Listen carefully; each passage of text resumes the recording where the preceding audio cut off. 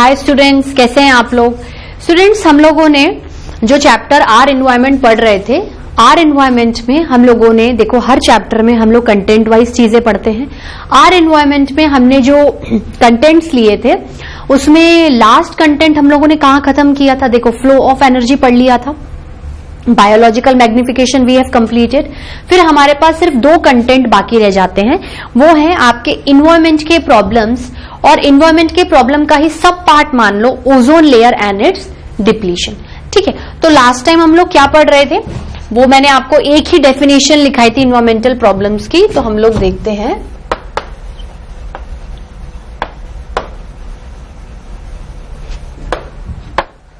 Environmental problems, ठीक है। Environmental problem मतलब इन्वायरमेंट के अंदर क्रिएटेड प्रॉब्लम्स। पहली लाइन लिखो,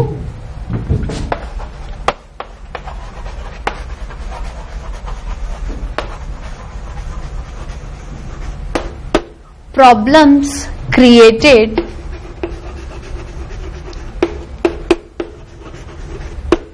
within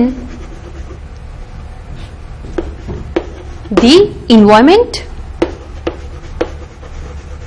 और अगर ब्रैकेट में बात करें तो विद इन द इन्वायरमेंट से रिलेटेड क्या होता है, विद इन द इन्वायरमेंट मतलब विद इन द इकोसिस्टम। ठीक है,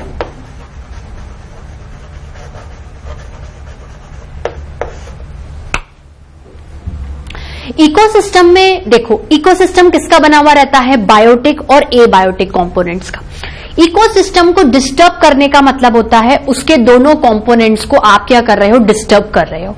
एक लाइन और लिख सकते हैं,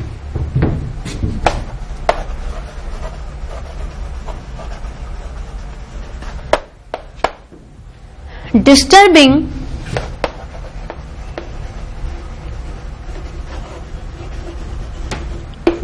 the ecosystem means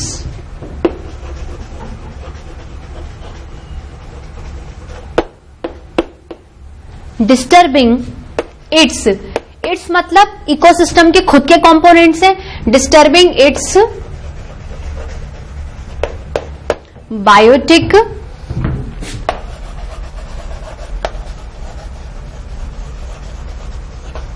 and abiotic components.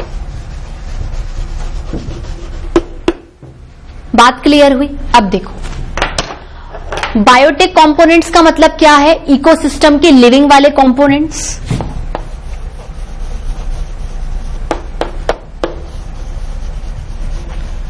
Biotic components मतलब इकोसिस्टम के लिविंग वाले कंपोनेंट्स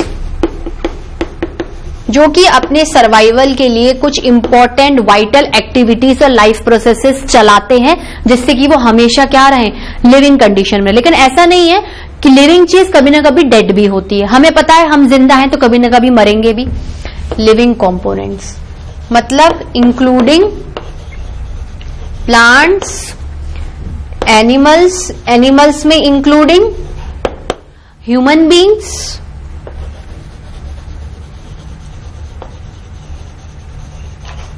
और माइक्रो ऑर्गेनिजम्स। ठीक है, सारी कैटेगरी लिख लो, माइक्रो ऑर्गेनिजम्स। ठीक है, और एबायोटिक कंपोनेंट्स का मतलब क्या होता है, ये पहला पॉइंट है। दूसरा, एबायोटिक कंपोनेंट्स मतलब नॉन लिविंग कंपोनेंट्स। देखो बहुत सारे नॉन लिविंग होते हैं, टेम्परेचर हो गया, ह्यूमिडिटी हो गई, रेन हो गई, लेकिन इन सबको हम क्या करते हैं, तीन मेजर कैटेगरीज में हमेशा डिवाइड करके चलते हैं, एयर, वाटर एंड सॉइल। ठीक है,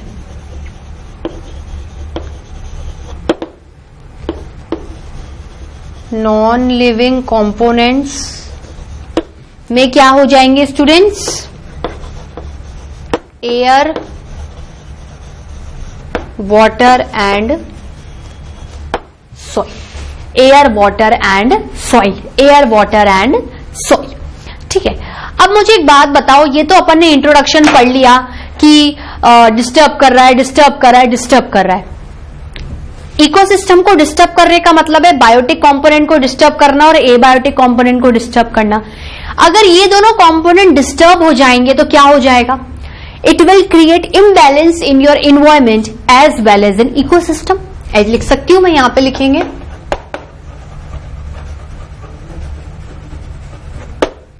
disturbing these components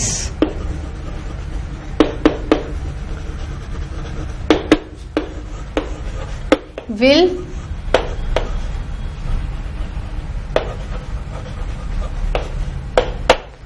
disturb the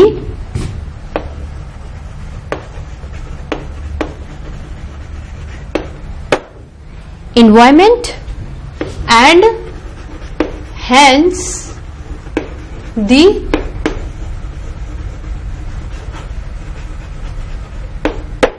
ecosystem and hence the ecosystem। ठीक है, अब देखो क्या मैं एक्टिविटीज कर रही हूं, क्यों, किन्हीं वजह से मेरी इन्वायरमेंट में प्रॉब्लम्स आ रही हैं। ठीक है, तो क्वेश्चन क्या आता है student, what causes the environmental imbalance, किन किन फैक्टर्स की वजह से, किन किन चीजों की वजह से आपके इन्वायरमेंट में क्या हो रही है, प्रॉब्लम्स आ रही हैं। क्या लिख सकती हूं,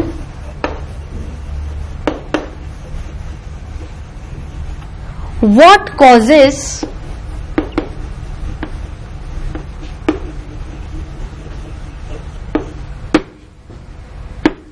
इन्वायरमेंटल प्रॉब्लम्स। ठीक है,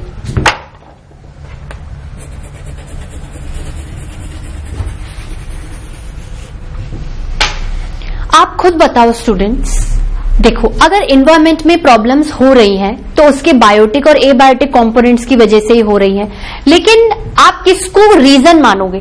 आप बोलोगे मैम एयर तो क्या पोल्यूशन करेगी, खुद से थोड़ी एयर में पोल्यूशन हो रहा है, या वाटर थोड़ी अपने आप को कंटेमिनेट कर रही है, या सॉइल थोड़ी अपने आप को इरोड कर रही है, या बोल रही है कि मेरे अंदर पेस्टिसाइड आओ मैं बायोलॉजिकल एक्यूमुलेशन करूंगी। ऐसा नहीं होता।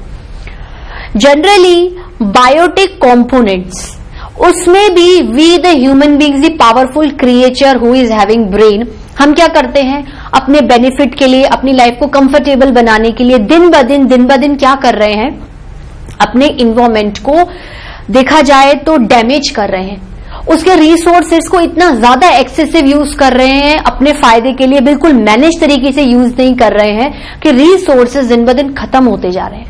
खत्म होने के साथ साथ वो कंटेमिनेट भी हो रहे हैं, बेकार हो रहे हैं, गंदे हो रहे हैं। उससे क्या लॉस हो रहा है कि अगर आपके रिसोर्सेज खराब हो गए या कंटेमिनेट हो गए तो जो बायोटिक कंपोनेंट्स है वो इन फ्यूचर एबायोटिक कंपोनेंट्स के साथ इंटरेक्ट नहीं कर पाएंगे।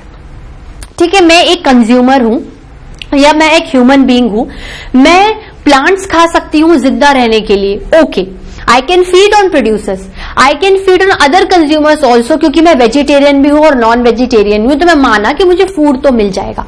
लेकिन मान लो चलो बायोटिक कंपोनेंट्स तो अच्छे खासे अमाउंट में, और आप पूरी कोशिश कर रहे हो कि आपके फूड में कोई कमी नहीं हो, लेकिन इसके साथ मान लो आपकी एयर को आप खराब कर रहे हो या वाटर को खराब करो, क्या आप सिर्फ खाने से जिंदा रह सकते हो? आप कल्पना कर सकते हो कि आप सिर्फ खाना खाते रहो, पानी मत पियो?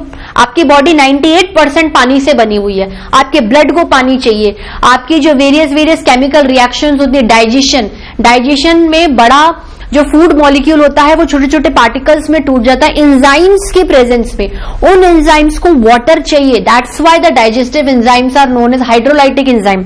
अभी जो मैं नेक्स्ट चैप्टर स्टार्ट करूंगी लाइफ प्रोसेसेस, उसमें जब मैं न्यूट्रिशन डाइजेशन पढ़ाऊंगी तो वो पॉइंट जरूर आएगा। ठीक है, तो आप नहीं कल्पना कर सकते कि सिर्फ मैं बायोटिक कंपोनेंट हूं तो दूसरे बायोटिक कंपोनेंट पे डिपेंड रहकर मैं अपनी लाइफ को सस्टेन कर सकती हूं। I need biotic component as well as abiotic component, मतलब at a time I am interacting with the other biotic components as well as with the abiotic components also। अब कौन सी activities ऐसी हो रही हैं जिसकी वजह से आपका इन्वायरमेंट प्रॉब्लम में आ रहा है? ओवरऑल एक ही नाम लूंगी, आप ऑटोमेटिकली अपने दिमाग में एक इमेज बना लो कि इन्वायरमेंट में प्रॉब्लम क्रिएट करने का मतलब होता है कि बायोटिक एबायोटिक कंपोनेंट को डिस्टर्ब करना। ठीक है, तो मैं एक ही टर्म बोलूंगी इन्वायरमेंट प्रॉब्लम, उससे आप वो समझोगे। ठीक है, देखो किन किन वजह से मेरे इन्वायरमेंट में प्रॉब्लम क्रिएट हो रही है, बायोटिक एबायोटिक कंपोनेंट्स मर रहे हैं, उनमें डिस्टरबेंस हो रहा है, इकोसिस्टम में इम्बैलेंस क्रिएट हो रहा है। देखो पहला पॉइंट आता है डिस्पोजल ऑफ वेस्ट। पहला पॉइंट क्या आता है?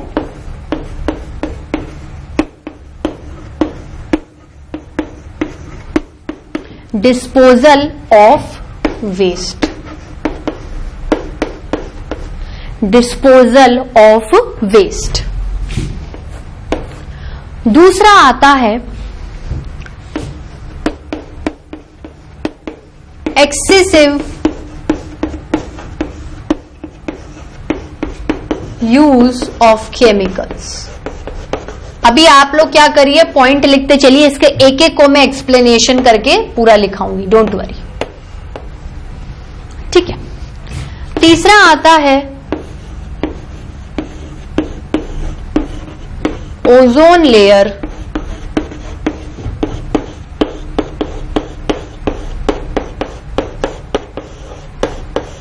डिप्लीशन। ठीक है, ये थोड़ा इंपॉर्टेंट पॉइंट आएगा क्योंकि ये मैं आपको एज अ टॉपिक ही पढ़ाऊंगी अभी। ठीक है, put a star mark over here. ठीक है, उसके बाद फिर हम क्या कर सकते हैं,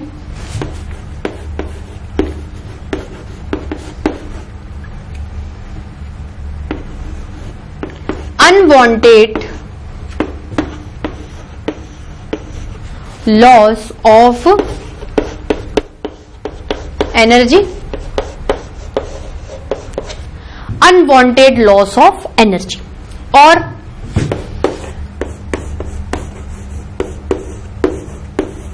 इंडस्ट्रियलाइजेशन,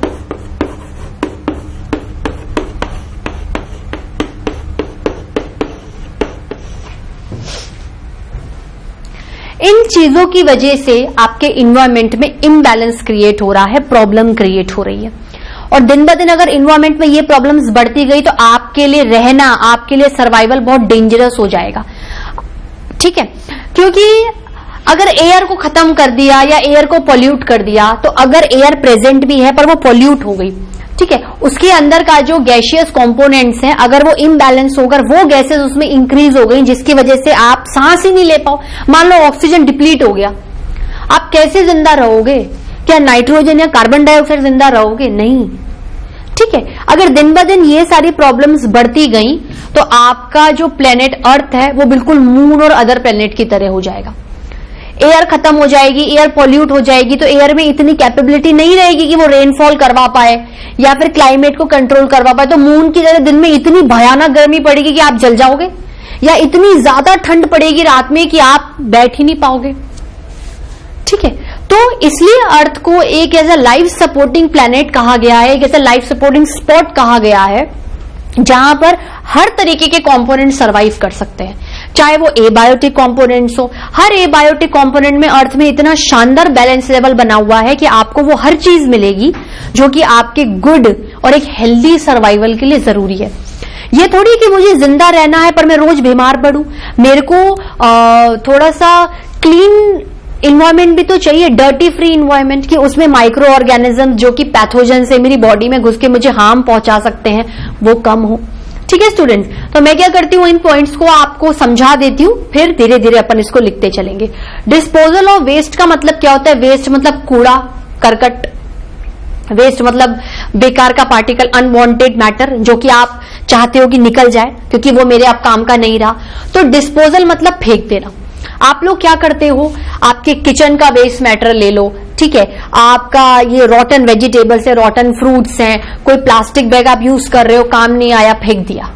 ठीक है, अनवांटेड छोटे मोटे कपड़े यूज करते हो साफ सफाई के लिए, समझ में नहीं आया, फेंक दिया। ठीक है, मतलब डेली रेगुलर आप बहुत सारा वेस्ट अपने घर से ही निकाल लेते हो। ठीक है, अब आपने क्या किया, ये तो हुआ हाउस होल्ड वेस्ट, आपका किचन वेस्ट जो कि आप रेगुलर एक्टिविटीज से निकालते हो। रेगुलर एक्टिविटीज से निकालने के बाद क्या होता है, मान लो कि आसपास कोई फैक्ट्री है, मतलब रिलेटेड टू इंडस्ट्रियलाइजेशन। अब मान लो सीमेंट फैक्ट्री है, आप सीमेंट को या वॉटेवर जिस भी मैटर से आप सीमेंट बनाते हो उसका कुछ वेस्ट मैटर निकल रहा है, वो आपने बाहर फेंक दिया।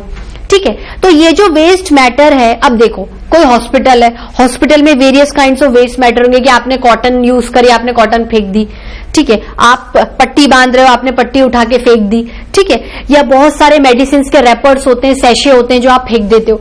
मतलब दिन में आपने जाने कितना वेस्ट, चाहे आपकी हाउस होल्ड एक्टिविटीज से हो या अदर एक्टिविटीज से जो आपको ही बेनिफिट पहुंचा रहे हैं। भाई hospital is beneficial for you, medical stores are beneficial for you. आपने चिप्स का पैकेट खाया, you are actually satisfying your hunger by eating chips, आपने उसको रैपर को बाहर फेंक दिया।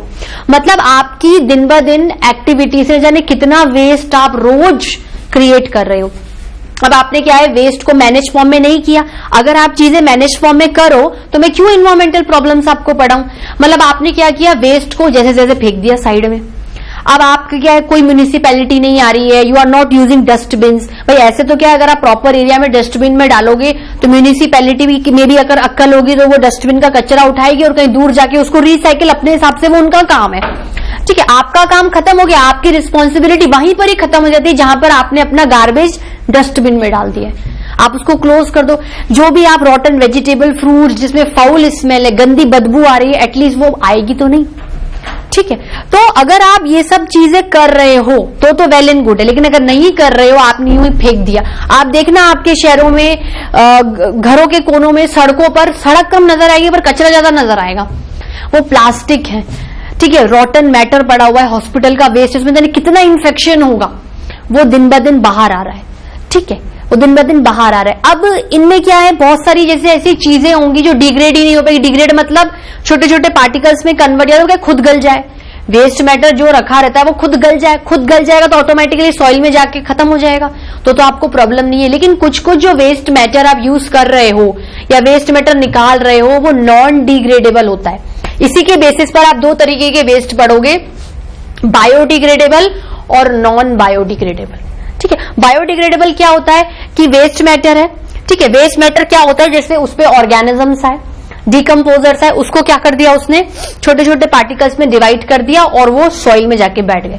सॉइल में जाके बैठने से क्या होता है, आपको भी हार्म नहीं पहुंचाया, ठीक है, उस एरिया को कवर अप नहीं किया वेस्ट के कारण, और सॉइल की फर्टिलिटी और बढ़ा दी। मतलब आप क्या कर सकते हो, बायोडिग्रेडेबल को डिकम्पोज भी करवा सकते हो छोटे छोटे में, और उसको वापस से रिसाइकिल करके भी यूज कर सकते हो। पर नॉन बायोडिग्रेडेबल इसके अपोजिट है, डेंजरस है हमारे लिए। जैसे प्लास्टिक है, प्लास्टिक रिसाइकिल नहीं हो रहा, ठीक है, सॉइल में पड़ा हुआ है, आपने देखना प्लास्टिक पड़ा रहेगा सॉइल में तो पड़ा ही रहेगा। आप कभी आओगे कि बड़ी सी पॉलिथीन है ना, डिग्रेड होकर छोटी बदल गई तो गायब ही हो गई, ऐसा नहीं होगा। कोई भी ऑर्गेनिजम्स में इतनी पावर नहीं है, शायद उनके पास ऐसी कोई एंजाइम्स ही नहीं है बॉडी में कि वो उस बड़ी नॉन बायोडिग्रेडेबल को छोटे में कन्वर्ट कर दे। और देखो छोटी चीज तो क्या कर सकते हो, आप हटा सकती हो, ठीक है, छोटी चीज को आप कहीं भर के भी फेंक सकती हो, लेकिन बड़ी चीज उतनी ही ज्यादा सरफेस घेरेगा और ज्यादा डेंजरस होगा, ठीक है। तो बायोडिग्रेडेबल में क्या होता है, उन्हें ऑर्गेनिज्म डिग्रेड कर सकते हैं, डिकम्पोज कर सकते हैं, और आगे चल के आप उन्हें रिसाइकिल करके भी यूज कर सकते हो। तो एक तो क्या हो रहा है, रिसाइकलिंग से वो चीज की शॉर्टेज नहीं पड़ रही है, आप बार बार उसे अपने यूज के लिए यूज करो ना, मैनकाइंड के लिए यूज करो, और वो आपके लिए डेंजरस भी नहीं है, एनवायरमेंट में भी कोई प्रॉब्लम नहीं क्रिएट कर रही है। लेकिन उसका सारा अपोजिट नॉन बायोडिग्रेडेबल होता है, ना डिकम्पोज कर पा रहे हो, ना उसे कहीं रिसाइकिल करवा पा रहे हो, ना वो वापस से आपके लिए यूज हो रहा है, मतलब सारे में लॉस में ही हो। तो बचने के लिए क्या करो, use non biodegradable substances as less as you can. जितना कम यूज करोगे उतना आप ही के लिए बेनिफिशियल है, ठीक है। रिप्लेस करो नॉन बायोडिग्रेडेबल को बायोडिग्रेडेबल से। तो आप क्या कर सकते हो, इन्वायरमेंट में जो क्रिएट आपने कर रखा है उसको कम तो कर सकते हो ना। एकदम से बुरी चीज खत्म नहीं हो सकती, लेकिन उसको धीरे धीरे अपनी अच्छी एक्टिविटी से उन्हें सुधार कर, उन्हें मैनेज करके आप क्या कर सकते हो, उन्हें कम कर सकते हो, ठीक है। यहां पर बात खत्म हो गई। उसके बाद आता है एक्सेसिव यूज ऑफ केमिकल्स, वही बात आ जाएगी बायोलॉजिकल मैग्निफिकेशन की। आप बेतहाशा बस खुद की पैसे कमाने के लिए, फूड के लिए पेस्टिसाइड भरते जा रहे हो, डीडीटी का कॉन्सेंट्रेशन दिन ब दिन फूड चेन में बढ़ाते जा रहे हो। अगर किसी डीडीटी के ज्यादा कॉन्सेंट्रेशन की वजह से आपके कुछ बीच के ट्रॉफिक लेवल्स मर गए तो आपकी फूड चेन बिगड़ जाएगी, और फूड चेन बिगड़ने से आप ही को क्या हो जाएगा, लॉस हो जाएगा, ठीक है। Ozone layer depletion, ozone layer depletion के बारे में क्या है कि आपके एटमॉस्फेयर के आसपास देखो अर्थ का ब्लैंकेट कौन बनाता है? Air, atmosphere. उसके आसपास भी एक ब्लैंकेट होता है, मतलब एटमॉस्फेयर से काफी ऊपर लेवल पर एक ओजोन की लेयर बनी हुई है, एक ओजोन की लेयर बनी हुई है, और ओजोन का फॉर्मूला होता है O3। ऑक्सीजन का होता है मॉलिक्यूलर O2। 2 मॉलिक्यूल्स होते हैं ऑक्सीजन के, ठीक है, मतलब 2 एटम्स होते हैं ऑक्सीजन के, they combine to form 2 molecules of oxygen O2। पर ओजोन क्या है? 3 मॉलिक्यूल्स, O3 है। मैं ओजोन लेयर डिप्लीशन में बताऊंगी प्रॉपरली जब हम दूसरा टॉपिक स्टार्ट करेंगे कि ओजोन कैसे बनती है और उसका क्यों डिप्लीशन हो रहा है, और उसके डिप्लीशन में क्यों हम इन्वायरमेंटल प्रॉब्लम से उसको रिलेट कर रहे हैं, ठीक है। फिर आता है अनवांटेड लॉस ऑफ एनर्जी, ठीक है भाई। आप जो देखो, इसका एक प्रैक्टिकल एग्जांपल ले लो, आपको समझ में आ जाएगा। आपके लोकेलिटी में समझ लो 6 बच्चे एक ही स्कूल जाते हैं, ठीक है। 6 बच्चे एक ही स्कूल जाते हैं तो हर बच्चा अपने अपने व्हीकल से स्कूल जा रहा है, ठीक है। स्कूल का डिस्टेंस घर से बहुत ज्यादा है, सबको एक ही डिस्टेंस कवर करना है। कोई मोटरसाइकिल से जा रहा है, कंजप्शन ऑफ पेट्रोल बहुत ज्यादा हो रहा है, ठीक है। थोड़ा बहुत पेट्रोल आपके गैस के फॉर्म में निकलेगा तो एयर पॉल्यूट कर रहे हो आप, ठीक है। उसमें से आवाज भी मान लो आपने रिपेयर नहीं करा है तो नॉइस पॉल्यूशन भी हो रहा है। ऐसे करके आप 6 बच्चे सेम डिस्टेंस को कवर अप करके सेम ही स्कूल जा रहे हो, और आप क्या कर रहे हो? अनवांटेड यूज ऑफ पेट्रोल कर रहे हो। रोज का 100 रुपए का पेट्रोल भरवाओगे, रोज वो बर्न होगा, तो आप क्या कर रहे हो? पेट्रोल का जो कंजप्शन है वो बहुत ज्यादा कर रहे हो। अब आप इसका क्या सोल्यूशन निकाल सकते हो कि आप एक बस हायर कर लो, ठीक है। उससे आपका क्या है? मनी का लॉस भी नहीं होगा। आप मिलकर एक बस वाले को बोल दो कि भाई हमें स्कूल जाना है और एक ही डिस्टेंस पर है स्कूल, तो उसको भी दिक्कत नहीं आएगी, उसको एक ही पाथवे चुनना पड़ेगा। मान लो कि अलग अलग जगह से बच्चे इकट्ठे कर रहे हो, तब भी उसको भी लॉस है पेट्रोल का, कि उसको भी मनी देनी पड़ेगी। पेट्रोल तो मनी से ही मिलेगा, फ्री में तो कोई बांटेगा नहीं आपको। तो एक ही डिस्टेंस पे अगर सारे बच्चे जाएंगे तो एक तो क्या होगा? आपकी खुद की एनर्जी का भी लॉस होगा कि भाई रोज आपको व्हीकल लेके जाने का भी, मान लो आपका व्हीकल खराब हो गया है, ठीक है। ऐसे तो बस भी खराब हो सकती है, लेकिन वो उसकी जिम्मेदारी फिर जो लेके जा रहे हैं उस पर होती है, ठीक है। तो आपकी भी एनर्जी कम लॉस हो रही है, आपका पेट्रोल का कंजप्शन बहुत ज्यादा कम हो रहा है, ठीक है। तो पेट्रोल मतलब एक तरीके का रिसोर्स है। आपको पता है कि coal and petroleum are the exhaustible non renewable. एक बार पेट्रोल इस एरिया में निकाल रहे हो, खत्म हो गया तो खत्म हो गया, वो आपको कभी उस एरिया में वापस नहीं मिलेगा। You are not able to renew it, recycle it. तो कुछ कुछ जैसे इलेक्ट्रिसिटी है, आप बेकार में आपने मतलब बहुत ज्यादा ट्यूबलाइट्स लगा रहे, बल्ब लगा रखे हैं, बल्ब आपकी क्या एनर्जी कंजप्शन ज्यादा लेते हैं, तो आप उनकी जगह क्या करो? छोटे छोटे बल्ब, CFL बल्ब्स आते हैं, ठीक है, या फिर आप ट्यूबलाइट्स का यूज कर लो। मतलब कैसे भी करके आपके जो रिसोर्सेस है जो शायद रिसाइकिल नहीं हो सकते हैं। देखो एग्जॉस्टेबल का मतलब ये नहीं होता कि वो बहुत ज्यादा रिसाइकिल होते हैं तो उन्हें हम कितना भी यूज करें, उनकी रिसाइकिल करने की एक लिमिट होती है। अगर उसको भी आप क्रॉस कर जाओगे तो exhaustible will definitely convert to the inexhaustible in the sorry the exhaustible renewable will convert into non renewable very soon in the future. मतलब ऐसे रिसोर्सेज जिनको एटलीस्ट आप रिसाइकिल करके ले तो सकते थे, इतना ज्यादा अनवांटेड यूज कर दिया, उसका लॉस्ट कर दिया आपने, अनवांटेड वेस्ट मैटर की तरह उसको बाहर निकाल दिया कि जो रिसाइकिल कर रहे थे वो बचे ही नहीं है, तो वो किसमें कन्वर्ट हो गए? नॉन रिन्यूएबल में, ठीक है। तो फिर आता है इंडस्ट्रियलाइजेशन। आपकी बड़ी बड़ी इंडस्ट्रीज हैं, चिमनीज हैं, ठीक है, उसमें से दिन ब दिन आप प्रोडक्टिविटी कर रहे हो, मैटर बना रहे हो, सब्सटेंसेस बना रहे हो, उसको इंपोर्ट एक्सपोर्ट कर रहे हो, उसके इंपोर्ट एक्सपोर्ट से आपको पैसा मिल रहा है, you are become very rich. But in spite of being riching you are creating havoc to your environment. आप क्या कर रहे हो? एनवायरमेंट में दिन ब दिन इंडस्ट्रियलाइजेशन से क्या कर रहे हो? दिन ब दिन बहुत ज्यादा प्रॉब्लम्स क्रिएट कर रहे हो। उन देखो इंडस्ट्रियलाइजेशन में क्या है कि आपने कोई स्टोन फैक्ट्री बनाई, स्टोन फैक्ट्री की इंडस्ट्री, आप स्टोन को दिन ब दिन काट रहे हो, स्टोन्स को जो बड़े बड़े हैवी स्टोन्स आते हैं जो आप अर्थ क्रस्ट से निकालते हो उनको रिसाइकिल करके आप very fine Kota stone, marble, granite ये सब बनाते हो, उसके बाद बेचते हो, घरों में लोग यूज करते हो और आप लाखों कमाते हो, ठीक है। पर उससे क्या होता है? स्टोन फैक्ट्री जैसे स्टोन कट रहा है तो स्टोन कटने से छोटे छोटे पार्टिकल्स निकलते हैं, डस्ट पार्टिकल्स, वो आपके एयर को पॉल्यूट कर रहे हैं। मान लो वो सॉइल में जाके बैठ गए, वाटर में चले गए तो उसको पॉल्यूट कर रहे हैं। बहुत से ऐसे लोग होते हैं जो वहां पर वर्कर्स काम कर रहे हैं, वो मास्क यूज नहीं करते हैं, वो दिन ब दिन डस्ट पार्टिकल्स उनके मतलब बॉडी के अंदर जा रहे हैं, उसके कारण उनको लंग्स की प्रॉब्लम हो रही है, कैंसर प्रॉब्लम हो रही है, उनको अस्थमा हो रहा है, मतलब breathing problem, respiratory problems create हो जाएंगी उनको। तो अगर आप इसे मैनेज वे में करो कि नहीं भाई अगर स्टोन की गंदगी हो रही है तो डेली आपको उसको साफ करना है, ठीक है, एक पर्टिकुलर कोई गार्बेज बनाओ, कोई पर्टिकुलर एक आउटलेट बनाओ कि इसी आउटलेट के जरिए स्टोन का जो डस्ट है वो निकल जाएगा, फिर हम इसे इकट्ठा करके इसको वापस से रिसाइकिल कर लेंगे। तो अगर आप इतना मैनेज फॉर्म में करोगे तो इनकी वजह से आपके इन्वायरमेंट को कोई भी प्रॉब्लम क्रिएट नहीं होगी। तो पहला डिस्पोजल ऑफ वेस्ट हो गया। उसके बाद एक्सेसिव यूज ऑफ केमिकल्स, इसको अभी नहीं पढ़ेंगे, ये टॉपिक बना के पढ़ेंगे। अनवांटेड लॉस ऑफ एनर्जी और इंडस्ट्रियलाइजेशन। ठीक है, आप इनको इतना नोट करिए, फिर अपन एक एक को समझ तो लिया, ये सिर्फ थ्योरी लिखते हैं। लिखिए स्टूडेंट्स। स्टूडेंट्स नोट डाउन किया? चलिए अब अपन क्या करते हैं, एक एक पॉइंट को पढ़ते हैं। क्या करते हैं स्टूडेंट्स, एक एक पॉइंट को अच्छे से पढ़ते हैं। मतलब पढ़ तो लिया, वैसे क्या इजी चैप्टर है, आपको इतनी कोई दिक्कत नहीं आएगी, पर इसकी थ्योरी लिखना बहुत जरूरी है क्योंकि इसके बारे में क्या है, क्वेश्चंस बहुत पूछते हैं। ठीक है स्टूडेंट्स, चलिए पहला पॉइंट क्या था इन्वायरमेंटल प्रॉब्लम में? पहला पॉइंट है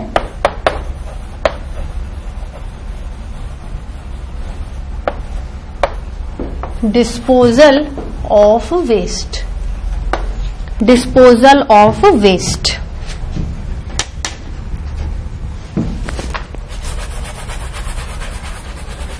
disposal of waste.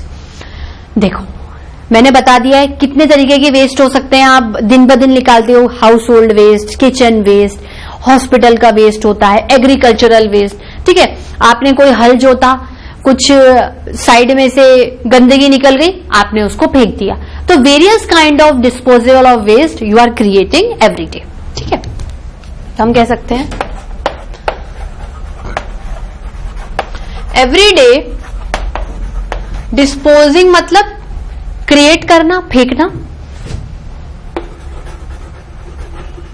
We are disposing various kinds of waste, various kinds of waste by our day to day activities. ठीक है, इसकी कैटेगरी में क्या कहां आएंगे देखो, जैसे हाउस होल्ड वेस्ट हो गए। ठीक है, एक साथ एग्जाम्पल लिखा दूंगी। किचन वेस्ट हो गए। ठीक है,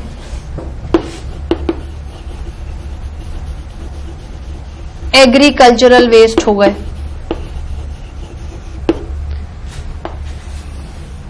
इंडस्ट्रियल वेस्ट हो गए। इंडस्ट्रियल वेस्ट हो गए। ओवरऑल एग्जाम्पल में क्या लिख सकते हैं, हाउस होल्ड से लेकर। ठीक है, जैसे लिख सकते हैं पॉलीथीन्स। ओवरऑल वेस्ट बता रही हूं, फिर इसमें बायोडिग्रेडेबल और नॉन बायोडिग्रेडेबल पढ़ेंगे। पेपर हो गया, काउ डंग। ठीक है,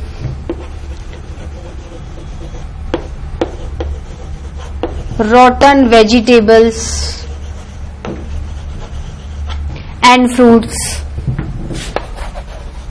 इनके छिलके, प्लांट ये वेजिटेबल्स और फ्रूट्स के छिलके, जैसे संतरे का छिलका लिया फेंक दिया। Peels of vegetables and fruits,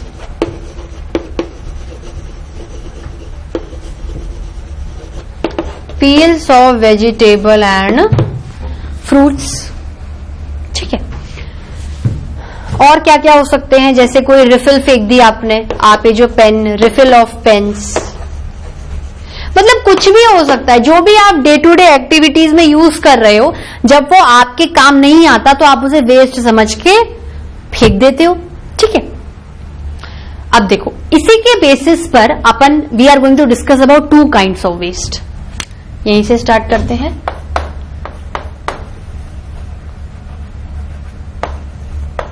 There are two kinds of waste. There are two kinds of waste. ठीक है, there are two kinds of waste. एक तो होगा आपका कौन सा,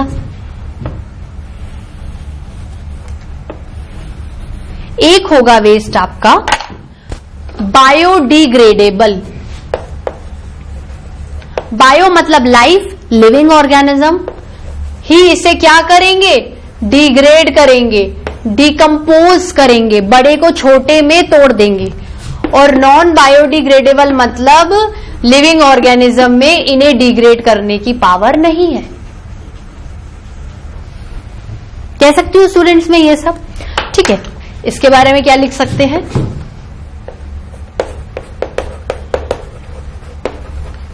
living organisms able to decompose them, able to decompose them, ठीक है। Living organisms are not able to decompose them. इसको उल्टा भी बोल सकते हैं कि बायोडिग्रेडेबल वेस्ट वो होते हैं जो खुद को ही अलाउ कर देते हैं कि लिविंग ऑर्गेनिजम्स आओ और मुझे डिकम्पोज कर दो, और ये अलाउ ही नहीं करेंगे। जो अलाउ ही नहीं करेंगे तो सामने वाला जब आपकी परमिशन ही नहीं होगी तो क्या कुछ करेगा, ठीक है। तो बायोडिग्रेडेबल क्या है, आपके वेस्ट है, नॉन बायोडिग्रेडेबल वेस्ट है। लिविंग ऑर्गेनिजम्स इन्हें डिकम्पोज कर सकते हैं, लिविंग ऑर्गेनिज्म इन्हें डिकम्पोज नहीं कर सकते। डिकम्पोज का मतलब